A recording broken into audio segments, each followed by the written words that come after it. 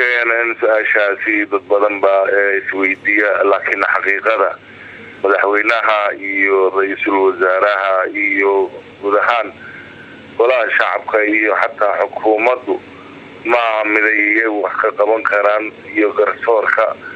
ayshee mas'uuliyadda taala waa mas'uuliyad wadareed oo guud ahaan amniga cid wax inay ka qabto la rabo waa guud ahaan shacabka iyo dawladda oo isku duuban oo inay u istaagaan la rabo maxaa yeelay hadii adiga maaragtay wixii dawladuna iyada ay rabtay inay ku dhaqaaqdo hadii aanan shacabkana isagana aanan u dhagan nuglaan wixii shacabka uu rabo hadii dawladana aanan laakiin xilibaan dalxa mar walba waxa dhahdaan mas'uuliyad wadareed weey amnigu shacabka Soomaaliyeed waxay ogolaadeen inay wadooyinkii ka xirtaan waxay ogolaadeen iyadoo ay wadooyinkii xirihiin oo meelay maraan ilaahi wadooyinkii ku umulaan waxay ogolaadeen oo raali ku noqdeen in lacag ka qaadaan oo dawladda canshuur bixiyaan waxay waayeen xuquuqdii service-ka ay lahaayeen waxa dhiman mas'uuliyad wadareed way leedahay shacabka uga baahantiin maxaa way وما سنتها هي كان والسؤال عفوا هذا وين أنا مهم هايتين هذه ويديسو dadka Soomaaliyeed horta magaca guud waa ka dad Soomaaliyeed laakiin xamar aad ku cabirayso dareenka markaan kaliya aan ka jawaabo xamar nin ku soo biiray maartay 2000 iyo wixii ka dambeeyay iyo nin 19 ka hadda aan ku jirno soo galay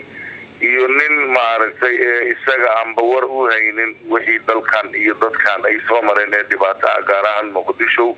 ayay u badan tahay aragtida aad ka duulaysid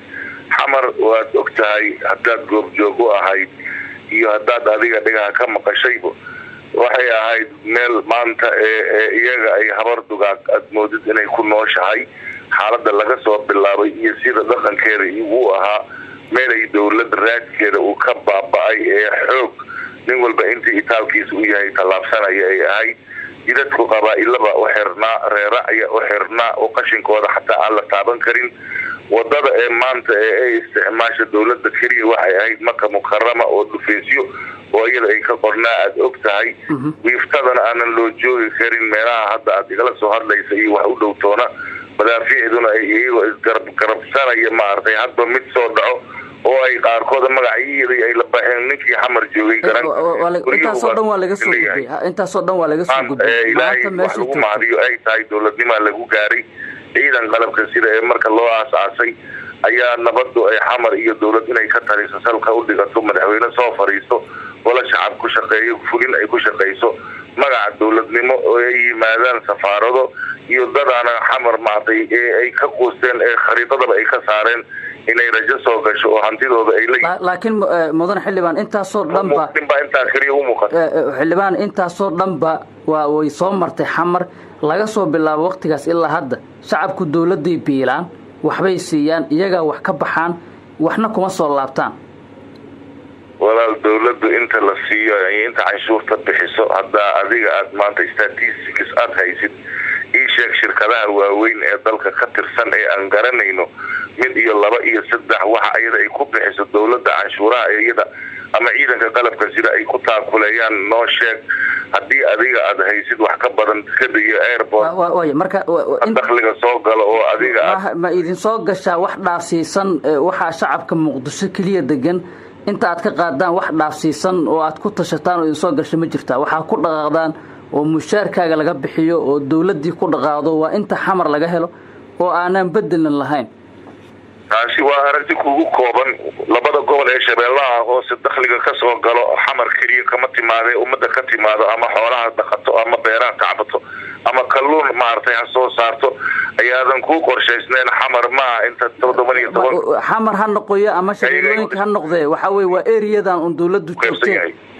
xamar ama Shabeellaha hoose ama Shabeellada dhexe ha noqdo waa un area-da dawladdu ay maamusho ay joogto way laakiin bedel ma helaan meesha doonto wax ka yimaade diro paydhaw ka yimaade horta bedel ma helayaan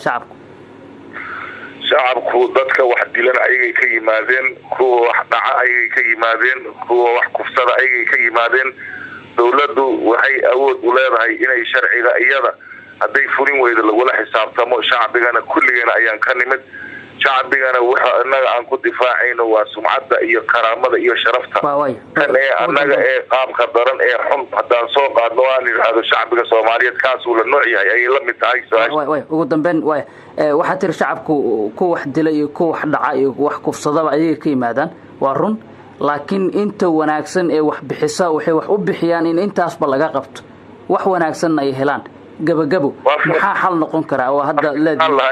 wadanka maanta waxa dhaqaalihiisa gacanta ku haysta waa ado haday korontadiisa tahay haday nalkiisa tahay haday biyihiisa tahay